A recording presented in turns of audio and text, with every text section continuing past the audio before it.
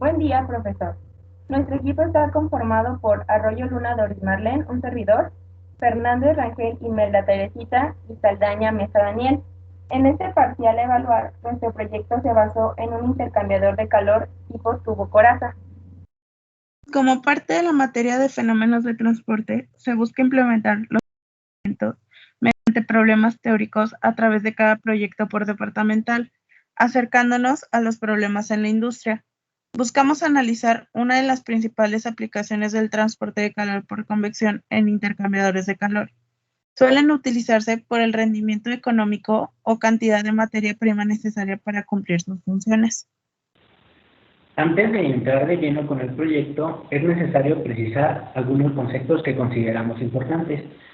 Dichos conceptos son el calor, al cual consideraremos como la transferencia de energía térmica que ocurre siempre desde un material que se encuentra a una mayor temperatura hacia uno que se encuentra en una menor temperatura. Un intercambiador de calor es un dispositivo de transferencia de calor que transfiere energía en forma de calor desde una como puede ser un fluido que se encuentra a mayor temperatura hacia otro que se encuentra a menor temperatura. Al realizarse la transferencia de calor, se suscita en el sistema una variación en la energía interna. Energía interna entonces se refiere a la energía que poseen todas las moléculas y electrones de los que están compuestos los materiales por el hecho de estar vibrando continuamente. Otros conceptos a tomar en cuenta son la presión de operación. La presión de operación es la presión manométrica a la que está un equipo en condiciones normales cuando está operando. La temperatura de operación, como su nombre lo indica, es la temperatura a la que el intercambiador estará expuesto habitualmente cuando esté en funcionamiento. El flujo másico, por otra parte, será la cantidad de masa que fluye a través de una sección transversal de un aparato de flujo por unidad de tiempo. Los fundamentos de transferencia de calor. Sabemos que la transferencia de calor puede ocurrir por procesos tanto de conducción, convección y radiación o alguna combinación entre alguno de estos tres. La conducción es entonces el proceso mediante el cual el calor fluye desde una región de alta temperatura hacia otra de baja temperatura, eso sí, atravesando un medio. La convección es entonces el proceso de transporte de energía debido a la acción combinada de movimiento de mezcla, conducción de calor y el almacenamiento de energía. La radiación, por su parte, sucede cuando el calor que se da desde un cuerpo que se encuentra a alta temperatura hacia uno de baja temperatura. Bueno, retomaremos qué es un intercambiador de calor, que son los aparatos que faciliten el intercambio de calor entre dos fluidos que se encuentran a temperaturas diferentes y evitan al mismo tiempo que se mezclen entre sí. Sabiendo esto, podemos describir a un intercambiador como que tiene por dentro un gran número de tubos en su interior y están empacados en un casco con sus ejes paralelos al de este. Algunas clasificaciones de los intercambiadores pueden ser por tipo de corriente, que puede ser flujo paralelo o flujo a contracorriente, de acuerdo a su estructura, que puede ser doble tubo, placa, calor compacto, coraza y tubos, o tubo espiral, por su forma del calor transferido, que puede ser intercambiador de calor tipo cerrado o tipo abierto. El intercambiador de calor de coraza y tubos se emplea en grandes industrias. La transferencia de calor tiene lugar a medida que los fluidos se mueven por dentro de los tubos, por lo cual el líquido empleado como refrigerante pasa por fuera de estos. Se presentan algunas aplicaciones como condensación, enfriar aceites y transformadores eléctricos. Del lado derecho podemos ver un intercambiador de calor con tubos concéntricos a contraflujo. Los componentes de un intercambiador de calor tubo y coraza se pueden observar en la imagen, donde cada parte está señalada por un número. En el número 1 tenemos la coraza, en el 2 estaría el arreglo de los tubos, en el 3 los espejos, en el 4 las mamparas o deflectores, que en este caso el arreglo se realiza por medio de barras de soporte y espaciadoras, las cuales dan soporte y mantienen la distancia entre las mamparas, evitando un mal desempeño térmico del intercambiador. En el número 5 tenemos las boquillas, por donde se permite la entrada y salida del fluido en los tubos y en la coraza. Estos son el enlace con los instrumentos de medición. Las características de los materiales. A continuación, se evalúan diferentes opciones de materiales para la tubería del intercambiador, considerando las características más representativas de cada uno de ellos con el fin de elegir el mejor material para nuestro ejemplo. Nosotros elegimos el cobre, el acero al carbón y el acero inoxidable 304 y comparamos sus características que fueron la conductividad térmica, la resistencia a la corrosión y las ventajas de la aplicación, teniendo como resultado nuestra elección del material que fue el cobre. La tubería de cobre ofrece una buena resistencia respecto a la corrosión, tiene un alto coeficiente de conductividad y es de fácil acceso, por lo cual es el favorito también en la industria a pesar de su costo un poco elevado. A continuación se muestra un formulario para cálculos en los intercambiadores de calor. En nuestro problema no utilizamos todas debido a los objetivos de nuestro problema. Y aquí se puede mostrar otras. Siguiente. Como problema propuesto es el siguiente. En la planta Cela York se busca instalar un intercambiador de calor tipo coraza fabricado de cobre, con excelente resistencia a la corrosión, con el fin de enfriar una corriente de etano en 3 intercambiadores de calor idénticos, colocados en serie 1 a 1 del tipo tubo coraza, de 6 metros de longitud cada uno. Para ello, se utilizará una corriente de agua a presión manométrica de 2 bar. El etano circula por los tubos y entra al intercambiador 1 a 180 grados Celsius y presión manométrica de 1.5 bar a razón de 15 kilogramos por segundo. Y se pretende enfriar a presión constante hasta por lo menos 70.8 grados centígrados en la salida por el intercambiador 3 y poder utilizarse en otros procesos. El agua circula por corazas de los equipos en contracorriente con el etano. Se alimenta el tercer intercambiador a razón de 10 kilogramos por segundo y 30 grados Celsius. Siguiente. Este es nuestro esquema. Ya es la representación gráfica de nuestro problema. Como podemos ver, ya hemos ubicado los datos del problema para practicidad. Siguiente. Como consideraciones iniciales, tenemos al intercambiador, el tipo que es tubo coraza, las propiedades del etano, del agua y del cobre. Siguiente.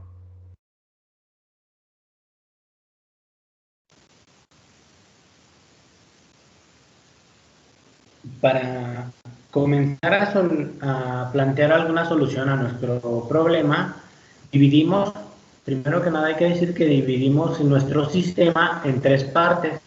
Nuestro sistema está constituido por 3 intercambiadores. Al dividirlo en 3 secciones, tenemos que vamos a hacer un análisis para el primer intercambiador, para el segundo y para el tercero.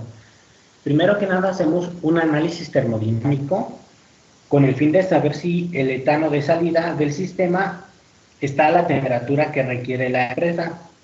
Y teniendo en cuenta, primero que nada, los datos para el etano, como lo son el CP y la temperatura a la que está entrando, y conociendo además que el intercambio de calor, o Q, es igual a 970, utilizamos la siguiente fórmula para estimar la temperatura de salida del etano. Para este primer análisis, este primer cálculo, TS1, se refiere a la temperatura a la que sale del intercambiador 1 y entra al intercambiador 2. Entonces, de nuestra fórmula despejamos la temperatura de salida y antes que nada cabe señalar que a Q, o el flujo de calor, lo estamos considerando como negativo, ya que el etanol se encuentra a una mayor temperatura que el agua, por lo que el calor irá de la dirección del etanol hacia el agua, por lo que está saliendo, y por eso lo consideramos negativo. Al realizar las sustituciones pertinentes, obtenemos que la temperatura de salida 1 es de 143.38 grados Celsius. Siguiente. Realizando este mismo proceso, calculamos TS2 y TS3, sabiendo que TS2 será entonces la temperatura del etano que sale por el intercambiador 2 y entra al intercambiador 3. Haciendo las sustituciones pertinentes nuevamente, vemos que esta vez obtenemos una temperatura de 106.77 grados Celsius. De la misma manera calculamos PS3 y haciendo las sustituciones vemos que obtenemos una temperatura de 70.15 grados Celsius. Esta temperatura es ya la temperatura a la que está saliendo nuestro etano del sistema, viendo que es menor a 70.8, lo cual cumple con la temperatura requerida por la empresa. Pero esto no es suficiente para resolver o poder estimar una buena solución del problema. Haciendo otro análisis termodinámico, pero ahora respecto al agua, y analizando si la temperatura a la que sale el agua es menor a 100 grados centígrados, más adelante explicamos por qué tiene que ser menor a 100 grados centígrados, esto con el fin de asegurar que se pueda considerar como un fluido refrigerante todavía. Hacemos el mismo análisis que se hizo anteriormente y obtenemos nuestra temperatura de salida 1, temperatura de salida 2 y temperatura de salida 3, solo que para este caso, como el agua o como el intercambiador está trabajando a un flujo a contracorriente, tenemos que para la temperatura o TS1 ser entonces la temperatura que sale del intercambiador 3 y entra hacia el intercambiador 2. Y vemos que la TS1 nos da de 53.19.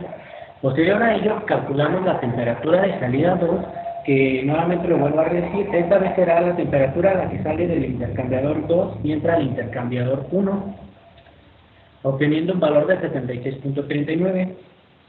Una vez calculada esto, ya podemos conocer ahora sí la temperatura a la que saldrá el agua del sistema, obteniendo así un valor de 99.59 grados Celsius, que es nuestra temperatura S3. Siguiente. Una vez hecho el análisis termodinámico, procedemos a aplicar los conceptos vistos en clase de fenómenos de transporte y hacer un análisis en base a ello. Primero que nada, calculamos el área de la tubería de nuestro intercambiador, que en este caso nos da 7.85 por 10 a la menos 3 metros cuadrados. Posterior a ello, de la fórmula de densidad, que es igual a masa sobre flujo volumétrico, despejamos el flujo volumétrico y conociendo que el flujo volumétrico es igual a la velocidad promedio por el área, despejamos entonces de nuestra igualdad la velocidad promedio y nos queda que la velocidad promedio va a ser igual al flujo másico sobre la densidad por el área. Realizando las sustituciones pertinentes, obtenemos una velocidad promedio. Cabe señalar que esta velocidad va a ser respecto al etanol de 1.49 metros sobre segundo. Entonces, calculamos esta velocidad promedio para poder realizar el cálculo del Reynolds y saber si nuestro flujo está trabajando en régimen laminar, turbulento. Entonces, aplicando o utilizando la fórmula del Reynolds y haciendo las sustituciones pertinentes, obtenemos un Reynolds de 12.132.74, lo cual es muchísimo mayor a 2100 y mucho mayor a 10.000, por lo que se considera que nuestro flujo está trabajando en régimen turbulento. Este de régimen turbulento nos da pie entonces a calcular el Nusselt, pero esta vez utilizando la ecuación de Diedus-Boulder, que nos dice que el Nusselt es igual a 0.023 por el Reynolds elevado a la .8 por nuestro número de Prandtl a la n. Como estamos en un proceso de enfriamiento, nuestra n será de 0.3. Entonces, dicho esto, al realizar las sustituciones, obtenemos un Nusselt de 31.47. Siguiente. Una vez calculado el Nusselt de nuestro formulario, tenemos que el Nusselt va a ser igual a un coeficiente de transferencia de calor por L entre K. De ahí vamos a calcular el coeficiente, o mejor dicho, vamos a despejar el coeficiente de transferencia de calor, o H, como lo tenemos ahí escrito, que va a ser igual a el Nusselt por la K sobre la L, que es la longitud de nuestra tubería. Al decir que cada intercambiador mide aproximadamente 6 metros de longitud, estamos considerando la longitud total del sistema, por lo que son 18 metros totales de tubería en el sistema. Entonces, al realizar las sustituciones pertinentes, obtenemos un coeficiente de transferencia de calor, pero este coeficiente de transferencia de calor será un coeficiente de transferencia de calor interno, perdón. Y vemos que es mayor o igual a 674.85. Entonces, realizando el mismo análisis, pero ahora respecto al agua, procedemos a calcular los datos de velocidad promedio Reynolds-Nusselt con el fin de encontrar un coeficiente de transferencia de calor externo, y vemos que obtenemos un valor de 0.15 watt sobre, eso sí, watt sobre metro por Kelvin. Conociendo entonces ya el coeficiente de transferencia de calor interno y el coeficiente de transferencia de calor externo, y esto, aquí como otro punto de observación, estamos diciendo que nuestro espesor de la tubería es despreciable, por lo que no tendremos entonces transferencia de calor por conducción. Entonces calculamos un coeficiente de transferencia de calor global al que denominamos aquí como U0, y realizando todas las sustituciones pertinentes de coeficiente de transferencia de calor y demás datos que nos pide la ecuación para llegar al cálculo, obtenemos un valor de 0.1596 watts sobre metro cuadrado por Kelvin. Siguiente. Para los resultados del etano, los concentramos todos en una tabla donde se pueden mostrar las temperaturas en el intercambiador 1, en el 2, en el 3, la velocidad, el Reynolds, el Nusselt, el coeficiente de transferencia de calor por convección y el coeficiente local de transferencia de calor. Siguiente. Bueno, para los resultados del etano, analizándolos de la tabla anterior, obtuvimos a la salida del intercambiador 3 una temperatura de 70.15 del etano, lo cual es menor a los 70.8 grados centígrados que se tenían que poner en consideración. Esto quiere decir que entre cada intercambiador va disminuyendo la temperatura, y por lo que podemos suponer que sí cumplimos con la consideración. Además de que la velocidad resultó ser de 1.49 metros sobre segundo, y conocimos también el número de Reynolds. Siguiente.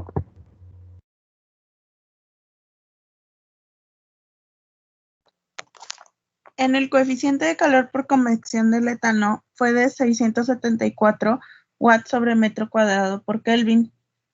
Comparándolo con la literatura de Kern, es el doble del cobre por sí solo, sabiendo que el aumento se debe al movimiento del fluido y que entre más rápido sea el movimiento, mayor será el coeficiente.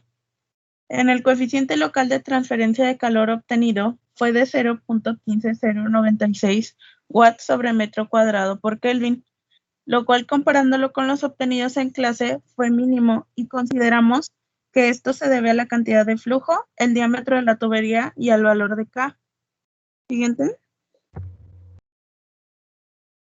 Como resultados del agua, en la primera temperatura de salida del intercambiador 1 se obtuvieron 53.19 grados Celsius, en el intercambiador 2 79.39 grados Celsius y en el intercambiador 3 99.59 grados Celsius. Analizando la temperatura de salida del intercambiador 3, tenemos que la temperatura fue menor a 100 grados centígrados, por lo cual teóricamente cumpliría con el criterio del refrigerante que propone la empresa. Sin embargo, no es práctico y no es nuestra mejor opción, debido a que es una temperatura alta, cerca del punto de ebullición, así que no sería redituable y el trabajo no sería eficiente. Siguiente. Como conclusión, podemos decir que el intercambiador que trabajamos es útil para cumplir con el objetivo de la empresa. Sin embargo, analizando los datos, nos damos cuenta que no es el más óptimo en cuanto al refrigerante. Se cumplió con la temperatura final del etano, en nuestro caso, siendo más eficiente. Con los cálculos, notamos que la transmisión de calor a lo largo del material significaba pérdidas de eficiencia en el proceso de enfriamiento. Y eso fue todo. Muchas gracias por su atención.